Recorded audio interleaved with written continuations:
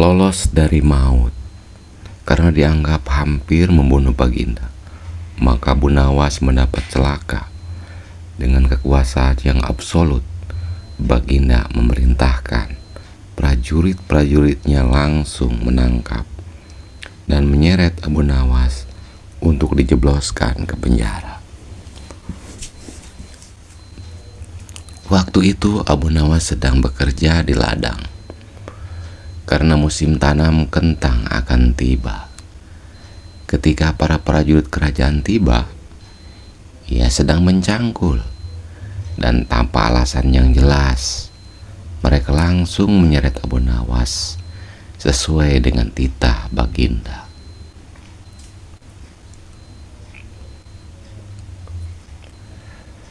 Abu Nawas tidak berkutik. Kini ia mendekam di dalam penjara. Beberapa hari lagi kentang-kentang itu harus ditanam. Sedangkan istrinya tidak cukup kuat untuk melakukan pencangkulan.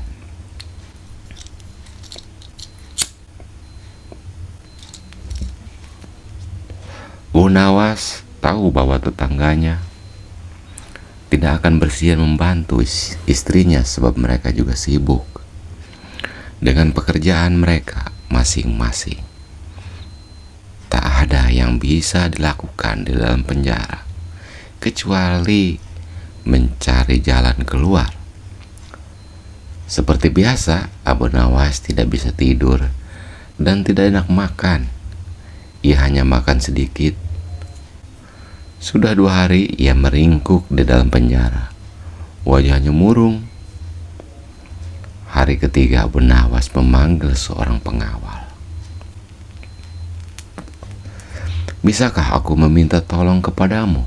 kata Abu Nawas membuka pembicaraan. "Apa itu?" kata pengawal itu tanpa gairah. "Aku ingin pinjam pensil dan selembar kertas. Aku ingin menulis surat untuk istriku. Aku harus menyampaikan sebuah rahasia penting yang hanya boleh diketahui oleh istriku saja."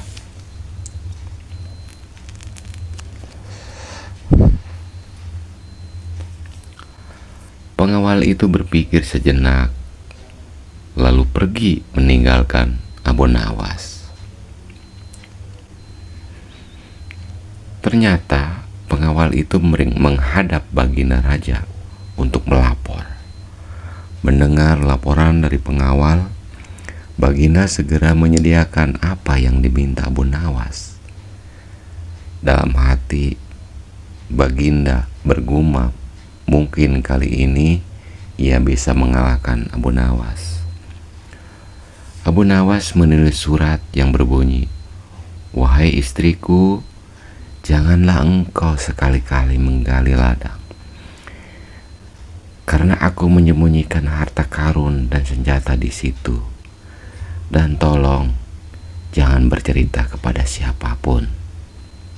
Tentu saja surat itu dibaca oleh Baginda, karena beliau ingin tahu apa sebenarnya rahasia Abu Nawas.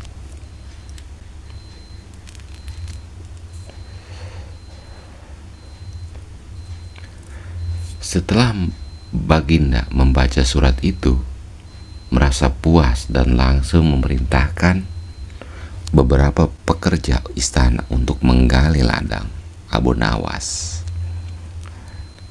Dengan peralatan yang dibutuhkan, mereka berangkat dan langsung menggali ladang Abu Nawas.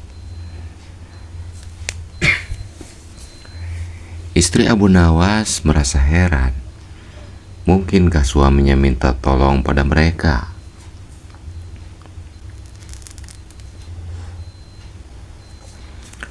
Pertanyaan itu tidak terjawab karena mereka kembali ke istana tanpa pamit. Mereka hanya menyerahkan surat Abu Nawas kepadanya.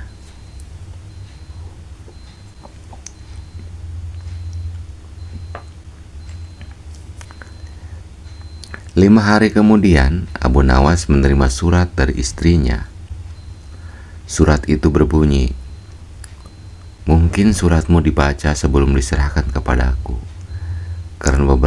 Raja Istana datang ke sini 2 hari yang lalu. Mereka menggali seluruh ladang kita. Lalu apa yang harus dikerjakan sekarang?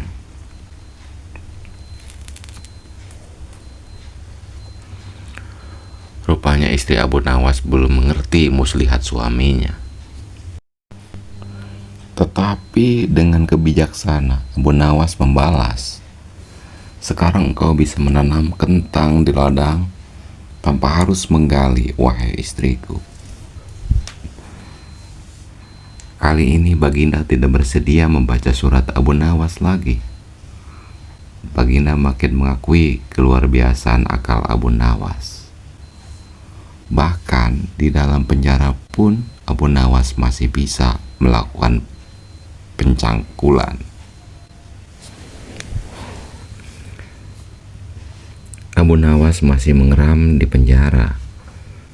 Namun begitu, Abu Nawas masih bisa menyelesaikan pekerjaannya dengan memakai tangan orang lain.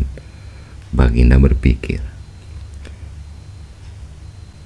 Sejenak kemudian beliau segera memerintahkan sipir penjara untuk membebaskan Abu Nawas. Baginda Raja tidak ingin menanggung risiko yang lebih buruk. Karena akal Abu Nawas tidak bisa ditebak. Bahkan di dalam penjara pun Abu Nawas masih sanggup menyusahkan perang.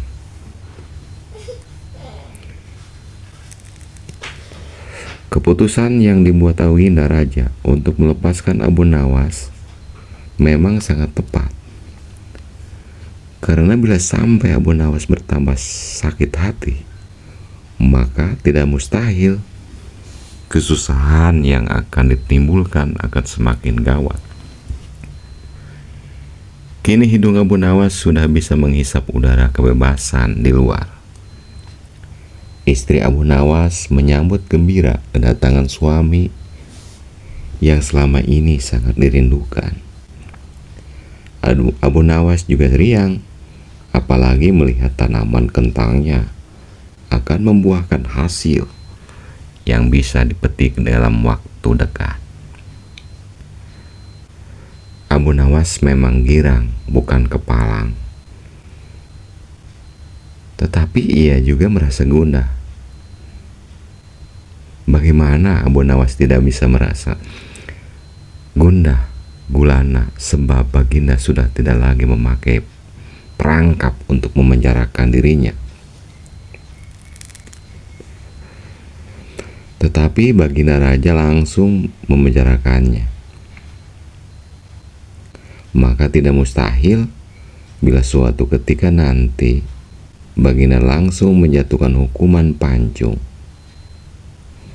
Abu Nawas yakin bahwa saat ini Baginda pasti sedang merencanakan sesuatu. Abu Nawas menyiapkan payung untuk menyambut hujan yang akan diciptakan Baginda Raja.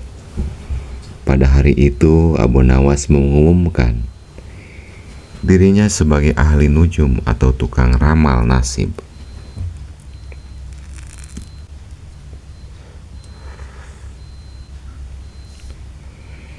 Sejak membuka praktik meramal nasib, Abu Nawas sering mendapat panggilan dari orang-orang terkenal. Kini Abu Nawas tidak saja dikenal sebagai orang yang handal dalam menciptakan gelak tawa, tetapi juga sebagai ahli ramal yang jitu. Mendengar Abu Nawas mendadak menjadi ahli ramal, maka Baginda Raja Harun al-Rasyid merasa khawatir. Baginda curiga, jangan-jangan Abu Nawas bisa membahayakan kerajaan. Maka tanpa pikir panjang, Abu Nawas ditangkap. Abu Nawas sejak semula yakin Baginda Raja kali ini berniat akan menghabisi riwayatnya. Tetapi Abu Nawas tidak begitu merasa gentar. Mungkin Abu Nawas sudah mempersiapkan tameng Setelah beberapa hari meringkuk di dalam penjara, Abu Nawas digiring menuju tempat kematian. Tukang penggal kepala sudah menunggu dengan pedang yang baru diasah. Abu Nawas menghampiri tempat penjagalan dengan amat tenang.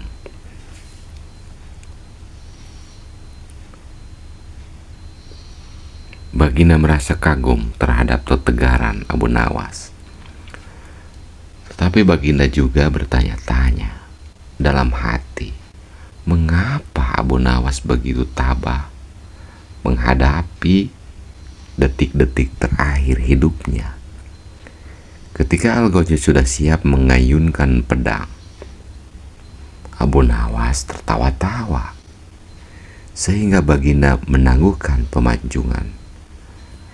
Beliau bertanya, "Hei Abu Nawas, apakah engkau tidak merasa ngeri menghadapi pedang Algojo?" "Ngeri, tuanku yang mulia, tetapi hamba juga merasa gembira," jawab Abu Nawas sambil tersenyum. "Engkau merasa gembira?" tanya Baginda kaget. "Betul Baginda yang mulia, karena tempat 3 hari setelah kematian hamba, maka Baginda pun akan mangkat menyusul hamba ke liang lahat. Karena hamba tidak bersalah sedikit pun," kata Abu Nawas tetap tenang.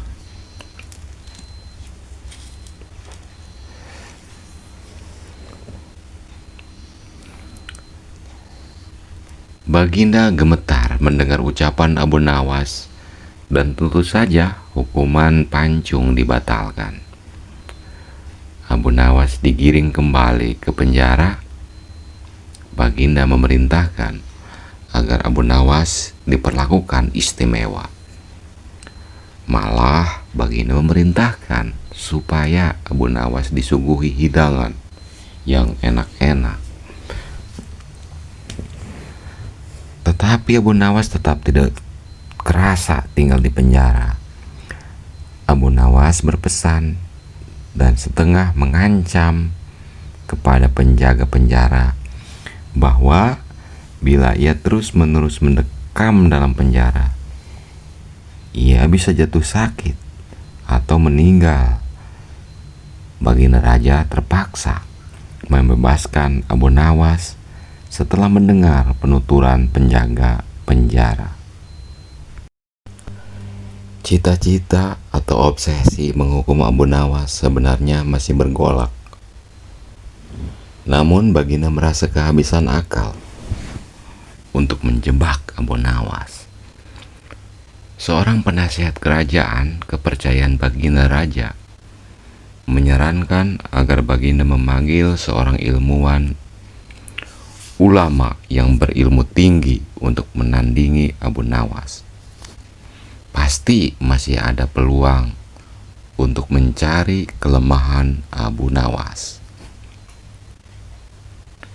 Menjebak pencuri harus dengan pencuri, dan ulama dengan ulama. Baginda menerima usul yang cemerlang itu dengan hati bulat. Setelah ulama yang berilmu tinggi berhasil ditemukan, Baginda Raja menanyakan cara terbaik menjerat Abu Nawas. Ulama itu memberitahu cara-cara yang paling jitu kepada Baginda Raja. Baginda Raja manggut-manggut setuju. Wajah Baginda tidak lagi murung, apalagi ulama itu menegaskan bahwa ramalan Abu Nawas tentang takdir kematian Baginda Raja sama sekali tidak mempunyai dasar yang kuat. Tiada seorang pun manusia yang tahu kapan dan di bumi mana ia akan mati, apalagi tentang ajar orang lain.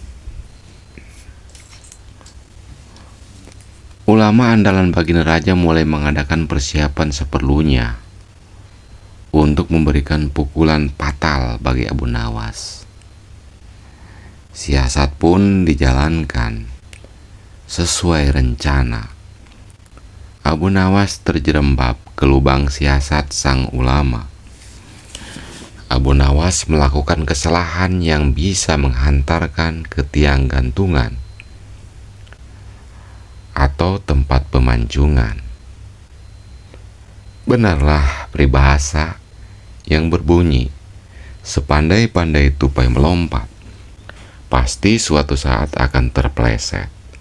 Kini Abu Nawas benar-benar mati kutu. Sebentar lagi ia akan dihukum mati karena jebakan sang ilmuwan ulama. Benarkah Abu Nawas sudah keok? Kita lihat saja nanti. Banyak orang yang merasa simpati atas nasib Abu Nawas, terutama orang-orang miskin dan tertindas yang pernah ditolongnya.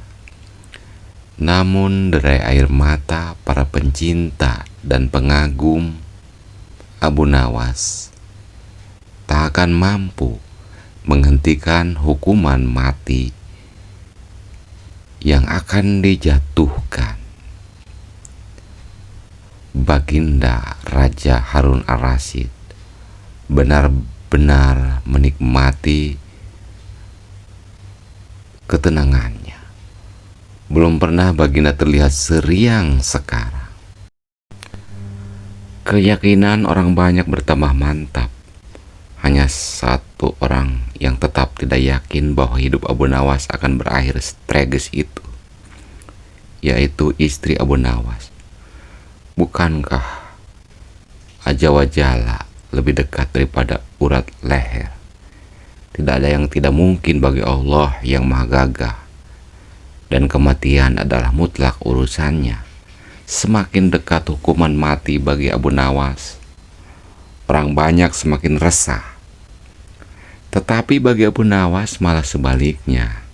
Semakin dekat hukuman bagi dirinya, semakin tegar hatinya. Baginda Raja tahu bahwa ketenangan yang ditampilkan Abu Nawas hanyalah merupakan bagian dari tipu dayanya. Tetapi Baginda Raja telah bersumpah pada diri sendiri bahwa beliau tidak akan terkecoh untuk kedua kalinya.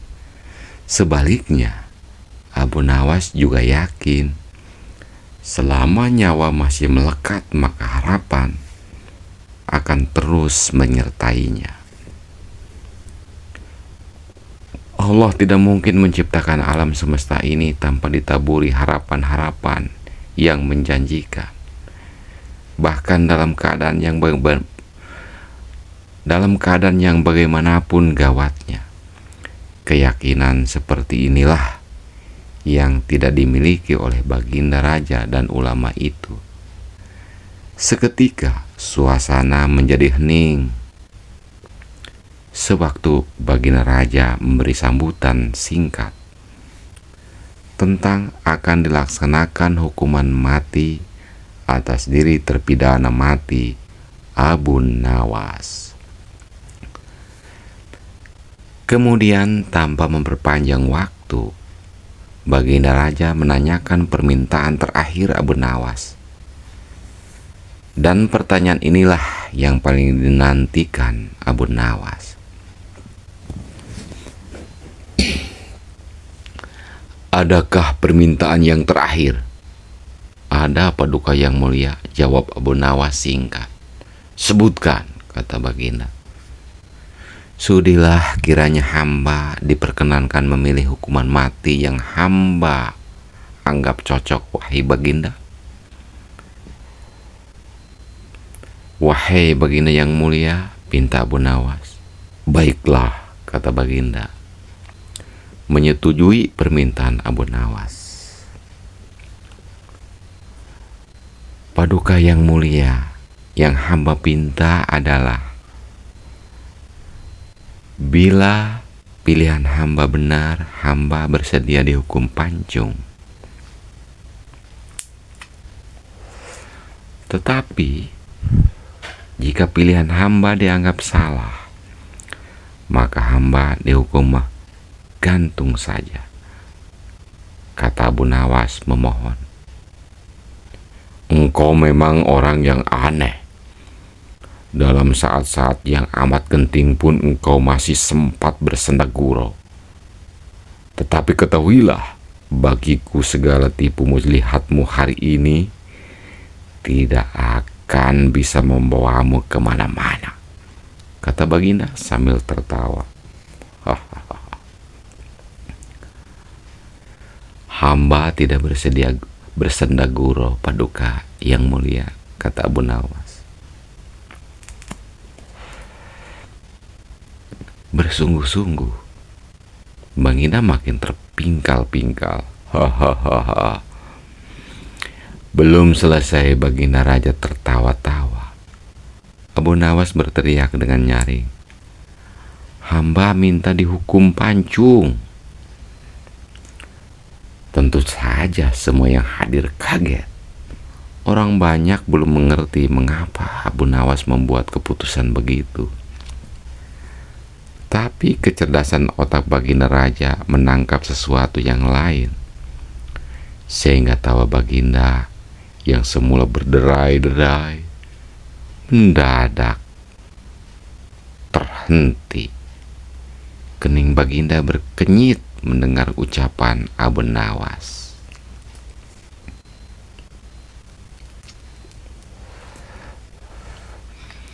Baginda Raja tidak berani menarik kata-katanya karena disaksikan oleh ribuan rakyatnya. Beliau sudah terlanjur mengabulkan Abu Nawas menentukan hukuman mati yang paling cocok untuk dirinya. Kini kesempatan Abu Nawas membela diri. Baginda yang mulia, hamba tadi mengatakan bahwa hamba akan dihukum pancung.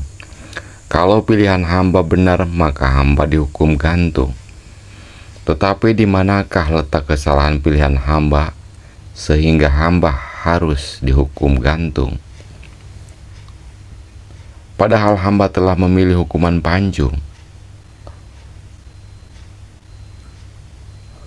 kata Abu Nawas memaksa Baginda Raja, dan ulama itu tercengang.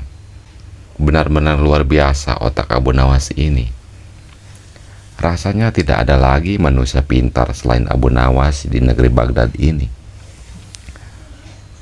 Abu Nawas, aku mengampunimu. Tetapi sekarang jawablah pertanyaanku ini. Berapa banyaklah bintang di langit? Oh, gampang sekali, tuanku. Iya, tapi berapa? 100 juta? 100 miliar? Tanya Baginda.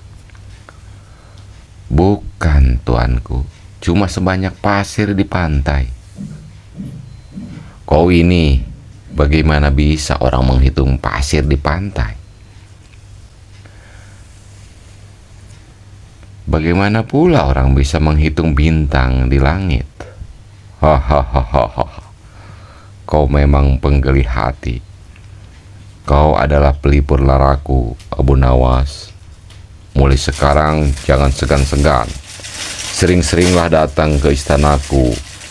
Aku ingin selalu mendengar lelucon-leluconmu yang baru. Siap, Baginda?